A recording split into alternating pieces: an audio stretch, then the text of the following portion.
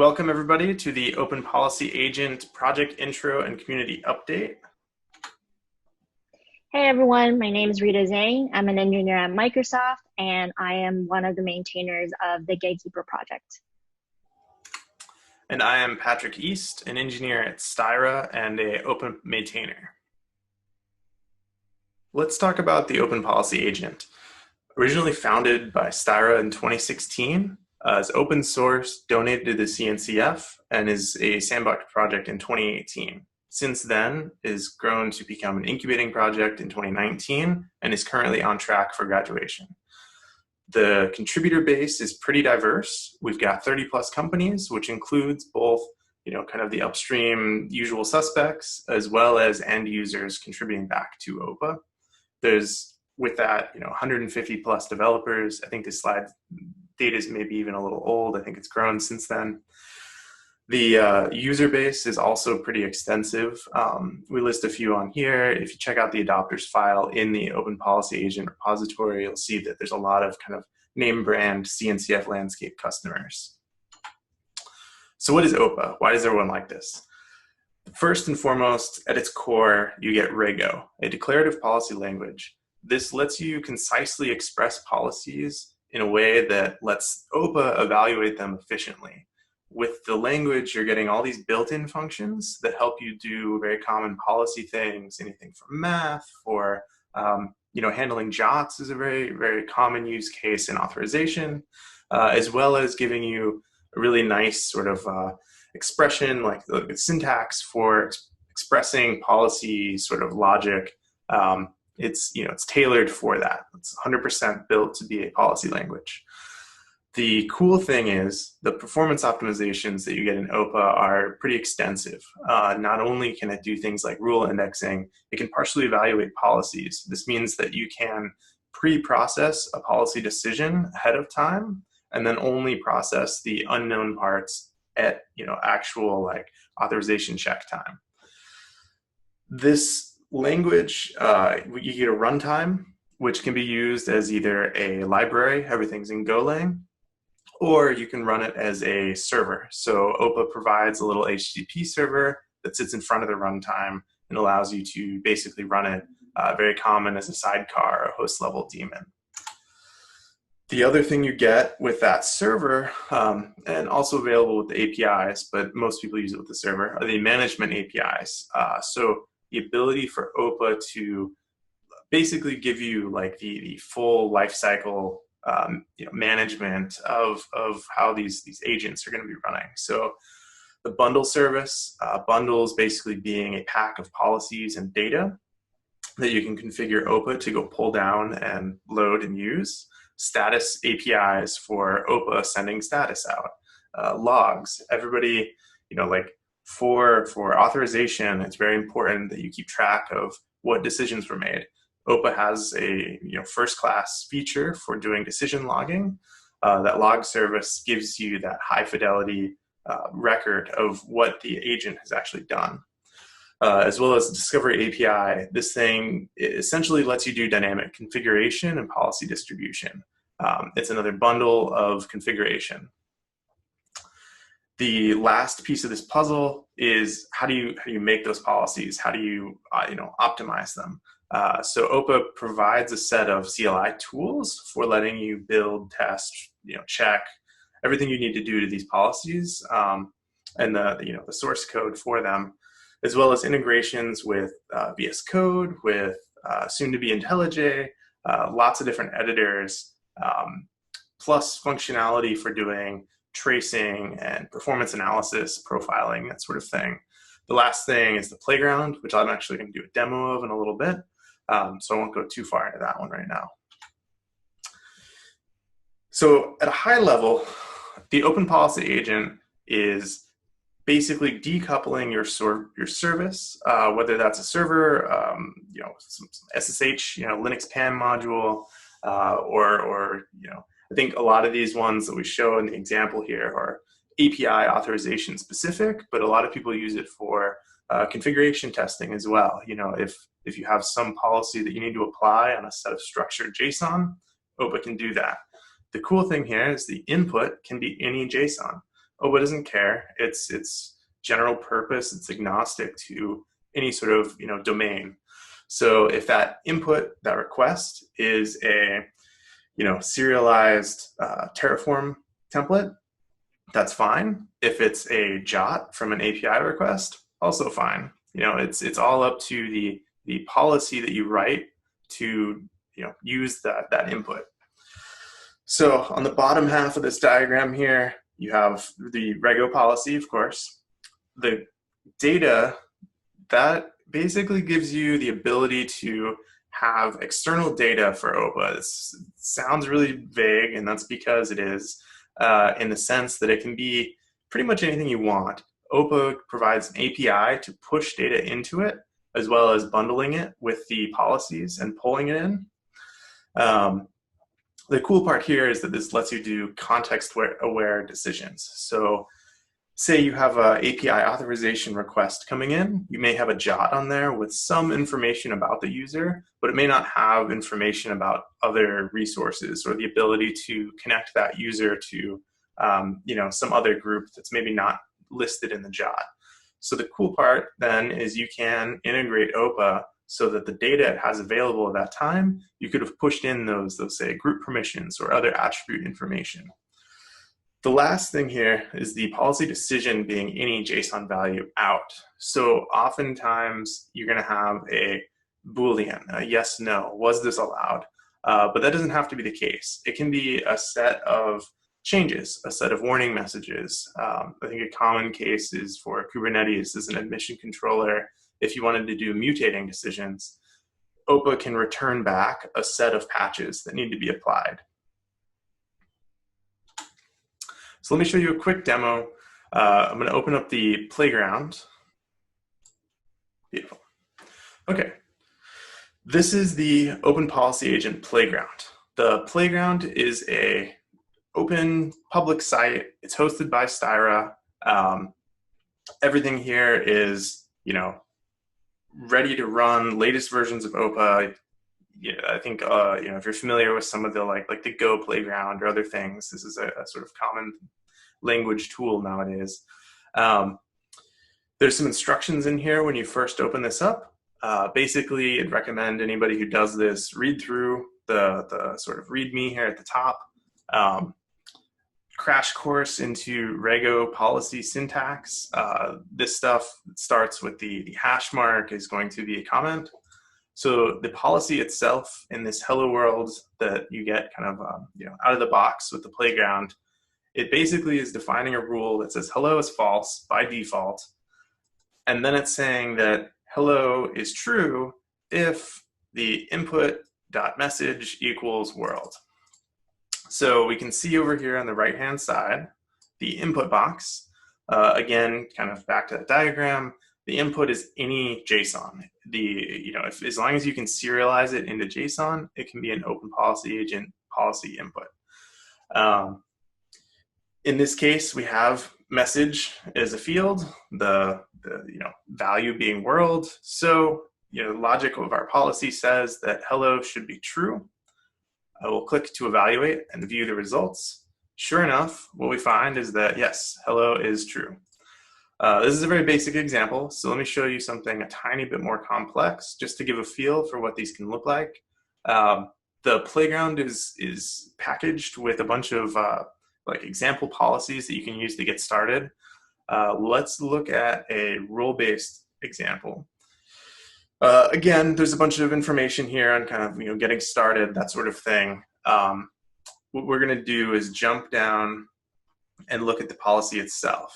So what we've done is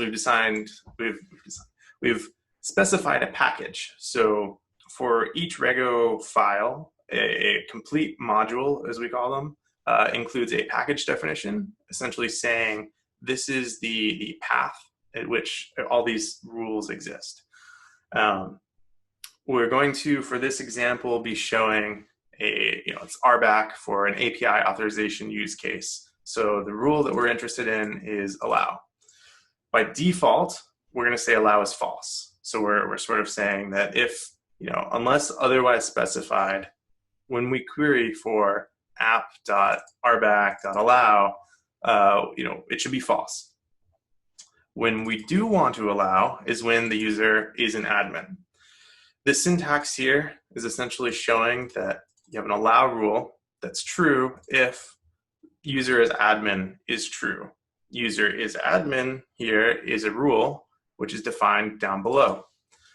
So user is admin is true if there is some variable I such that data.user roles at the lookup of input.user at some element I is admin. So what is all this? When we're looking at data, this is that external data from that diagram that I was talking about. So you'll notice there's another tab over here, a bunch of JSON data. Again, anything JSON serializable you can put into OPA. The user roles key, so data.user roles, so user roles, we can see that they're all keyed by the user. So we say user roles, lookup input.user. Our input back up here in the input panel is we have user as Alice. So we can see that under user roles, Alice, and then inside of the user roles, we find an admin. So what that means is there is some I in this expression where we can make this line 48, I don't know if everybody can see that, but if this line is true, then user is admin is true, and allow is true. So checking that, we evaluate this thing. We can see that yes, indeed, allow is true, and we can see that user is admin is true. So this is just a really kind of high-level example of sort of how you can write these rules and what they kind of look like. I would recommend that everybody try out the playground and also go to the Open Policy Agent documentation. The documentation is backed by the playground, so all of the examples and demos in there, you can edit and change and open up in the playground as well. All right, back to slides. Okay, so we've talked a little bit about what OPA is, but how do you use it? Well, let's take a second and look at the broader ecosystem. Right now, you have policy everywhere, whether you know it or not. In your CI/CD services, you have policy. When does something get deployed? When do rules get run? When do jobs get run? Sorry. For Kubernetes, container management, it's obvious. We have admission controllers. We have pod security policies. We have all this other stuff, right? APIs, of course, authorization. That's it's probably the biggest use case around. Databases, filtering, again, authorization, who's allowed to query for what data, that's those sort of questions. And then also, of course, down in this bottom right corner, public cloud, we have Terraform shown here, but basically how do you manage infrastructure and the policies around that? So, is a user allowed to delete all of the servers in the cluster? Probably not. You should have a policy for that, right?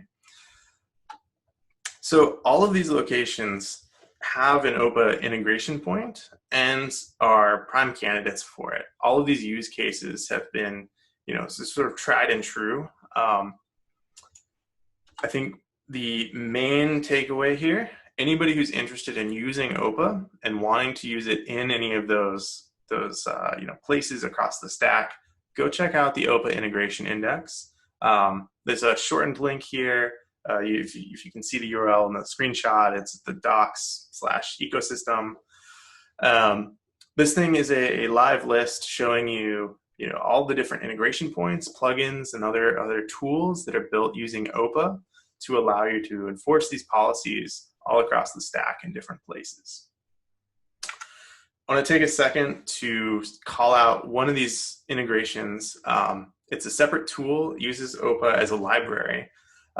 Conftest. I think at this point, I would guess that most people have at least heard of this in the Kubernetes ecosystem. If you haven't, I highly recommend you check it out. This thing, if you're doing any kind of infrastructure as code, or even just if you find yourself using config files in production, you should probably be looking at conftest. You'll find a use for it. At the end of the day, it basically lets you do policy tests against config files. And these config files can be anything from Kubernetes manifest to Terraform definitions to, there's several others here in this quote that I took from the README. Check out their website. The docs are pretty good. I think the other thing to call out here is that the conftest project has officially moved into the Open Policy Agent organization. So it's now an official part of OPA. So that's really cool. Big shout out to the conftest maintainers and everybody who's been involved in that project. It's very popular and with good reason. But we are at KubeCon virtually, and so I think everyone here probably is interested in Kubernetes. So let's talk a little bit about Kubernetes and OPA. Gatekeeper is a customizable Kubernetes admission webhook that allows us to enforce policies and strengthen governance to extend security and governance in your Kubernetes environment. Now let's take a look at some of the motivations behind the project. If your organization has been operating Kubernetes, you probably have been looking for ways to control what end users can do on the cluster and ways to help ensure the clusters are in conformance with company policies. These policies may be there to meet governance and legal requirements or to enforce best practices and organizational conventions. Often, the need for policy is discovered after a system is already running in production. So introducing new policies can be dangerous and can often be a breaking change. Does a new rule break a core piece of software? Can it bring down the entire stack? With Gatekeeper, you can preview the effect of policy changes in production clusters to prevent impacts on existing workloads. So here's a timeline of the Gatekeeper projects.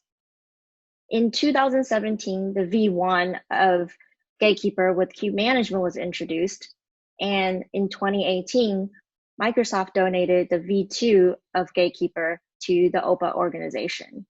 And soon after, Microsoft, Google, Styra, and many others worked together to bring the V3 of Gatekeeper project. And now in August 2020, we are preparing for the project to go stable. And we're going to talk a little bit more about all the changes that have happened. So let's take a look at how V3 works. When we deploy the Gatekeeper project to the cluster, what happens is when an admission request comes in, the API server then sends the request to the Gatekeeper webhook. And the webhook then receives the admission review request and sends the data to OPA for reviewing the request data against all the policies that are currently in OPA. And once the decision has been made, then the data is sent back to Gatekeeper, and then Gatekeeper then sends the admission response as a deny or allow to the API server. And the audit functionality runs periodically in the cluster. And the data, all the resources in the cluster are then evaluated periodically against all the policies that are currently in OPA. Gatekeeper is a dynamic configurable admission controller, so no reboot is required for any policy updates. The policies are configured via KRM so that the policies are reusable, parameterized to encourage reusability for common policy needs. The project is also built on top of KubeBuilder. Here are some core functionalities of Gatekeeper. With the validating admission control, you can control what end users can do on the cluster. With the dry run feature, we can gradually roll out new policies so that we can gain confidence in the policies before enforcing them. We can create referential policies to evaluate new admission requests against existing resources in the cluster. We can write policies via configuration, not code. And this can be done by creating constraint templates, which are source code for Rego rules, and schema for constraints and their parameters. And the constraints can then be parameterized and easily configurable by admins. The audit functionality allows us to periodically evaluate resources against these constraints. And this allows us to have ongoing monitoring of cluster state to help us detect and remediate any pre-existing misconfigurations. And with metrics, we have Prometheus endpoints to provide observability of the state of the cluster and how things are working within Gatekeeper. So since the last KubeCon in December, we've added a lot of new functionalities to Gatekeeper. So let's go through the list. First, we have security audit completed by CNCF security audit, and we've addressed all the security concerns as part of that audit. And we've added new ways to exclude namespaces. You can either narrow the scope of resources for audit, admission, and sync within the config resources, or you can actually specify at the constraint level by adding excluded namespaces as part of the constraint. And we've added a mid-label validating webhook to lock down what excluded namespaces are actually allowed to be excluded. Now, with POS security policy, SIG-Auth has identified the need to decouple enforcement and decision-making, and Gatekeeper is referenced now as an alternative to Kubernetes PSPs. And we've added semantic logging, which allows us to get cluster-wide violating resources from audit and admission violations within the Gatekeeper logs. And we've added some audit enhancements, which allows us to audit resources using Discovery Client instead of relying on OPA cache. And we now have standalone audit to separate the audit and the webhook component. And we've enabled multi-pod deployment for webhook. And we've added readiness tracker to ensure caches have been loaded before serving traffic. And we've removed the dependency on finalizers, so you no longer need to remove finalizers when you need to deploy a new Gatekeeper. And we've added the capability to match resource based off object scope to support cluster scope objects. Now let's take a look at a demo. We've used AgileBank in the past for Gatekeeper demos. AgileBank is in a highly regulated industry, and both developers and admins are unhappy. With Gatekeeper, we want to free up admins' time managing all the policies in the cluster, and we want to unblock developers by enable self-serving. In the past few KubeCons, we've shown you how you can create your own Gatekeeper policies. Today, we're going to take a look at how to use Gatekeeper to create the same behavior as Kubernetes PSPs. It's important to note that Kubernetes PSPs has deny by default enforcement mechanism. What that means is once the PSP admission controller is enabled, without defining any policies, it will prevent any pods from being created in the cluster. In comparison, Gatekeeper has allow by default enforcement mechanism. So this allows us to gradually roll out the policies, test the policies, and gain confidence before actually enforcing them. So let's take a look at how to use Gatekeeper to disallow privileged containers from being created in the cluster. A privileged container is given access to all devices on the host. This allows the container nearly all the same access as processes running on the host.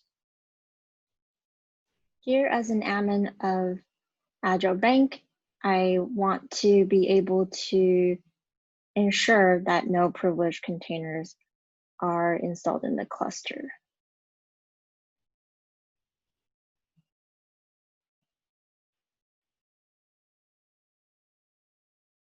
Let's see how we can do that by enabling Kubernetes POS security policy.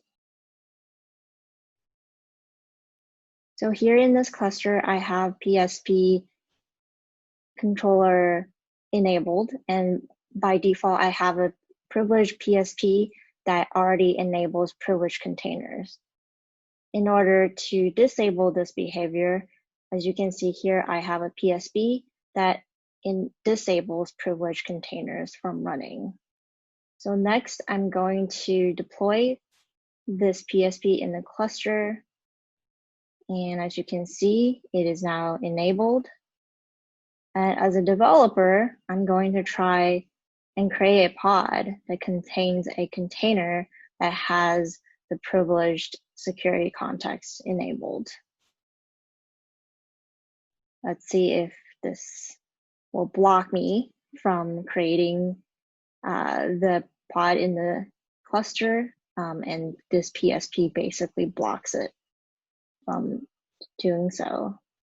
Next, let's see if I remove that and make sure that I do not enable this privilege permission by default, and it lets me create the pod correctly. So as an admin, I think this is really good. But what if I want to test this behavior and test it before enforcing and impact users? I can use the dry run feature in Gatekeeper. So now in my cluster, I already have Gatekeeper components installed. And next, I'm going to deploy the privilege container constraint template. And next, I'm going to deploy the constraint, but in a dry run mode. So I can test this policy in the cluster before enforcing it. So let's take a look at what the template looks like. As we talked about it before, the template actually contains the Rego rules that will be executed by OPA, and the target enforcement point is a mission Kubernetes Gatekeeper. And within the Rego, I'm basically telling OPA that the input review object for all containers and init containers, if the security context privilege is enabled, then go ahead and disallow it. So now as a developer, I'm going to try to create a pod with a container with the security context privilege enabled. And because this is now in dry run mode, it doesn't actually block any updates in the cluster. So let's take a look at what the dry run constraint looks like. Now, as we mentioned previously, the constraint basically provides parameters to the constraint template. And here, as you can see, I'm creating a constraint with the kind Kubernetes PSP privilege container, which is defined here. And I am applying this policy on pods kinds, and the enforcement action is dry run. Now, as an admin, I want to see how many violating pods are actually running in the cluster. So let's take a look at the constraint. And as you can see here, I have total violation 2, and here are the pods that are running with privileged containers enabled. So at this point, I can actually go and update these resources. And I have a pretty good idea of what the impact of this resource looks like. So I am comfortable with enforcing the policy in the cluster now. Now I'm going to deploy the constraint again, but not in dry run mode. And what this looks like is pretty much the same as before, but the difference is with enforcement action dry run removed. Let's see, as a developer, I'm going to try to create the same pod again with privileged security context enabled. And let's see if this actually blocks me from creating the resource. And as you can see here, the Gatekeeper webhook will deny this emission request and specify which policy is in action and why it was blocked. So that's a demo to demonstrate how you can use Gatekeeper to roll out pod security policies and enforce the security constraints in your cluster. And next, let's talk about the current status of Gatekeeper. It is currently beta and we're working towards moving into stable. So if you have any feedback, issues, enhancements, or requests, please open an issue or join us on Slack or join us in our weekly community calls. So here are some potential growth in the future that we're looking at. Obviously, move the project into stable status and ensure that it's production ready. And we are working on a feature that emit violations as Kubernetes events. We're also looking into mutation and supporting external data. And we're also looking at enabling more audit functionalities, more metrics, and more policies so that the communities can share some of the common best practices, and more developer tools to help us validate and test our policies. Thanks for coming, and we have lots of places where you can come join us, talk to the OPA maintainers, give us feedback, feature ideas, anything you need. First and foremost, GitHub is where the projects are hosted and maintained. We do all of our collaboration there, so check out the projects, give them stars, follow them. Also, the Slack channel is very active. I think all of the maintainers are there every day, all day, as well as tons of end users. So if you have questions, comments, concerns, check it out. It's a really good starting point for you. And that's it. Thank you. Thanks. All right. Bye.